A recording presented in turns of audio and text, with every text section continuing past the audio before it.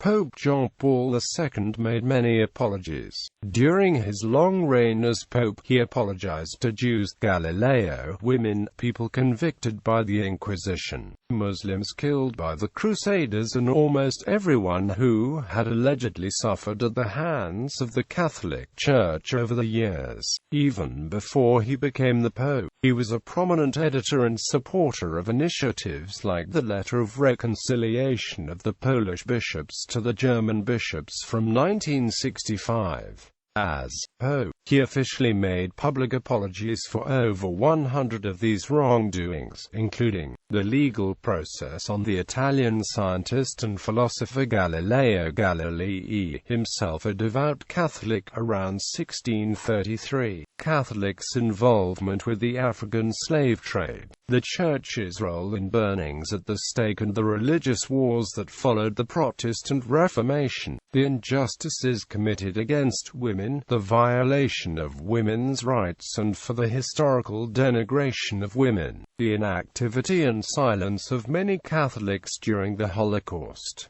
for the execution of Jan Hus in 1415. When John Paul II visited Prague in 1990s, he requested experts in this matter to define with greater clarity the position held by Jan Hus among the Church's reformers, and acknowledged that, independently of the theological convictions he defended, Hus cannot be denied integrity in his personal life and commitment to the nation's moral education. Quote, "It was another step in building a bridge between Catholics and Protestants, for the sins of Catholics throughout the ages for violating the rights of ethnic groups and peoples, and contempt for the cultures and religious traditions, for the actions of the Crusader attack on Constantinople in 1204. To the Patriarch of Constantinople he said, 'Some memories are especially painful, and some events of the distant past have left deep wounds in the minds and hearts of people to this day. I am thinking of the disastrous sack of the imperial city of Constantinople, which was for so long the bastion of Christianity in the East. It is tragic that the assailants, who had set out to secure free access for Christians to the Holy Land, turned against their own brothers in the faith.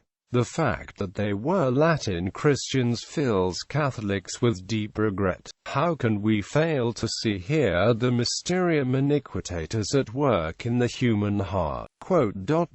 On the 20th of November 2001, from a laptop in the Vatican, Pope John Paul II sent his first email apologizing for the Catholic sex abuse cases, the Church-backed, stolen generations of Aboriginal children in Australia, and to China for the behavior of Catholic missionaries in colonial times. An excuse is worse and more terrible than a lie, for an excuse is a lie guarded. In December 1999, at the request of Joseph Cardinal Ratzinger, then prefect of the Congregation for the Doctrine of the Faith who would later become Pope Benedict XVI, the International Theological Commission presented its study on the topic Memory and Reconciliation, the Church and the Faults of the Past. The purpose of this document is not to examine particular historical cases but rather to clarify the presuppositions that ground repentance for past faults. It examines repentance for past faults in the context of sociology, ecclesiology and theology.